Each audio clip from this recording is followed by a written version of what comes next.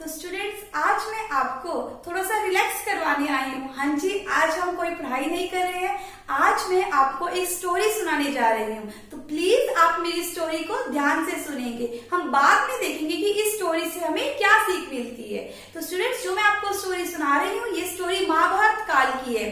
क्या हुआ था उस टाइम की एक बार श्री कृष्ण और बलराम दोनों घूमने के लिए निकले। घूमते घूमते वो एक जंगल तक पहुंच गए। तो उस टाइम पर जो है रात हो चुकी थी। तब श्री कृष्ण ने बलराम से कहा कि हम क्या करते हैं कि रात को ही जंगल का जो सफर है वो तय कर लेते हैं। तो बलराम जी है जो थोड़ा सा डर रहे थे। उन्होंने श्री कृष्ण से कहा कि ऐसा करते हैं कि हम रात जो है वो इसी जंगल में ही काट लेते हैं और सुबह होते ही हम इस जंगल से निकल जाएंगे। तब श्री कृष्ण ने कहा कि चलो ऐसा ही कर लेते हैं। तो उस टाइम पर बलराम ने कहा कि ऐसा काम करते हैं कि जब आप सो तो मैं यहाँ जंगल में खड़ा होकर पहरा दे दूंगा, और जब मैं सोऊंगा तो उस टाइम पर आप पहरा दे दोगे। तो श्री कृष्ण ने बलराम की ये बात मान ली।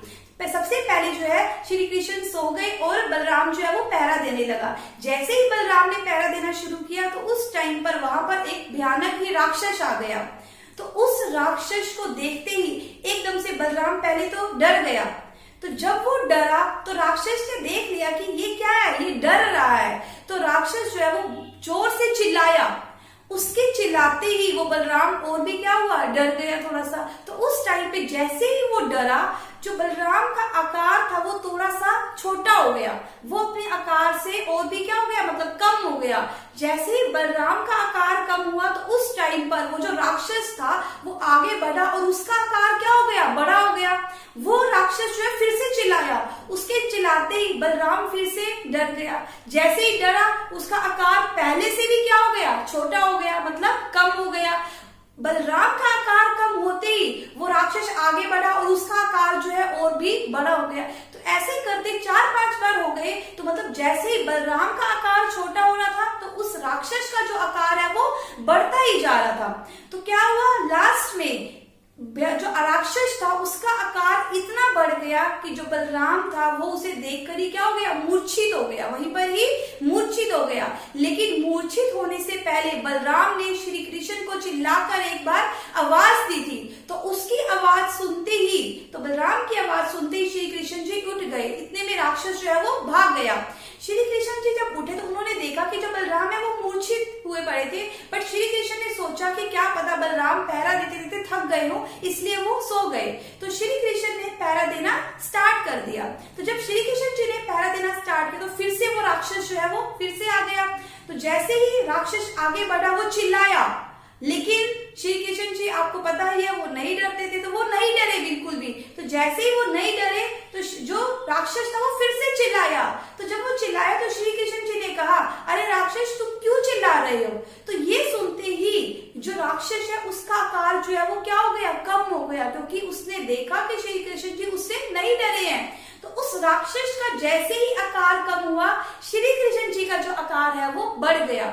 उसके बाद वो राक्षस फिर से आगे बढ़ा और वो फिर जोर से चिल्लाया। जब वो जोर से चिल्लाया तो श्री कृष्ण जी ने प्रेम से कहा बिल्कुल कि ओ राक्षस तुम फिर से क्यों चिल्ला रहे हो।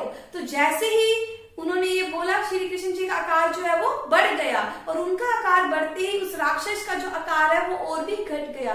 तो ऐसे ही ये बार बार होता रहा और वो जो राक्षस है वो बिल्कुल ही क्या हो गया, छोटे आकार का हो गया। वो इतना छोटा हो गया कि श्री कृष्ण जी ने एक रुमाल में उसे बांध के अपनी कमर से बांध लिया।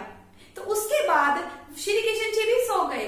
तो जब सुबह हुई तो बलराम उठे। तो बलराम ने कहा श्री कृष्ण जी से कि रात को एक राक्षस आया था। वो इतना भयानक, इतना बड़े आकार वाला राक्षस था। तो मतलब श्री कृष्ण जी ने कहा कि राक्षस तो मेरे पास भी आया था, बट वो तो छोटा सा था।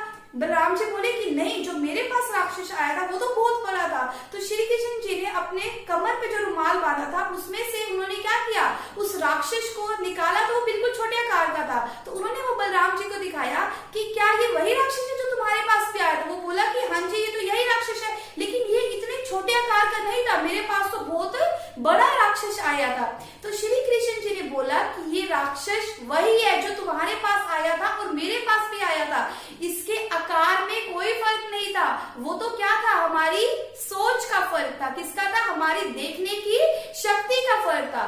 तो स्टूडेंट्स, उस टाइम पर श्री कृष्ण जी ने बलराम को समझाया कि अगर हमारे पास सामने कोई समस्या आती है तो वो समस्या हमें देखने में क्या लगती है, बड़ी लगती है, लेकिन हम अपनी समझदारी से, शांति से, अपनी सूझबूझ से उसका समाधान करने की कोशिश करेंगे तो वो समस्या हमें क्या लगेगी, छोटी लगेगी। क्या लगेगी, छोटी लगेगी। तो उस टाइम पर जैसे राक्षस का जो रूप था वो बलराम के आगे तो क्या था, बड़ा था, लेकिन श्री कृष्ण जी के आगे वो रूप क्या था, बिल्कुल छोटा था। तो मतलब श्री कृष्ण जी ने उस टाइम पर जो समस्या आई थी उसका जो समाधान है वो शांति से, अपनी समझदारी से, अपनी सूझबूझ से किया था। तो इसीलिए वो समस्या उन पर हावी नहीं हो सकी, वो क्या हो गई, छोटी हो गई। तो स्टूडेंट्स, आप इस स्टोरी को खुद से भी रिलेट करके देख सकते हो। जैसे आप एग्जाम से डरते हो, टेस्ट होते हैं उनसे डरते हो। कई बच्चे तो है कि टेस्ट जब होते हैं तो वो स्कूल में ही जाते हैं उस दिन, या फिर एग्जाम से पहले उनको फीवर हो जाता है, वो बीमार हो जाते हैं।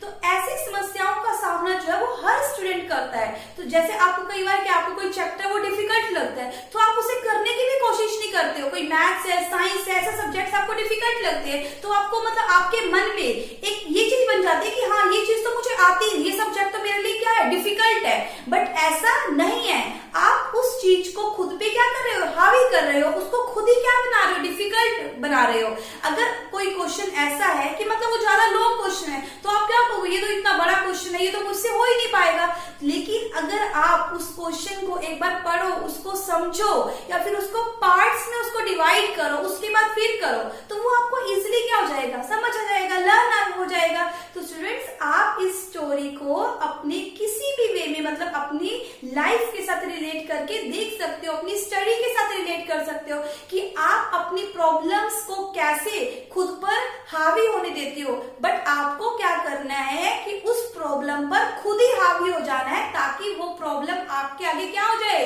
छोटी हो जाए। ये नहीं कि वो प्रॉब्लम आपके आगे बड़ी हो जाए, आप उसके आगे क्या हो जाओ, छोटे हो जाओ। तो आपको अपनी स्टडी में जिस चीज में भी डिफिकल्टी फेस हो रही है तो आप उस चीज को एक बार पढ़ो, उसको ध्यान से समझो। वो जो आपको प्रॉब्लम आ रही है वो अपने आप ही क्या हो जाएगी स्टूडेंट्स, दूर हो जाएगी। तो जिन्होंने भी मेरी स्टोरी आज ध्यान से सुनी है तो मुझे लगता है कि वो अपनी स्टडी जो है अच्छे से कर पाएंगे। Thank you.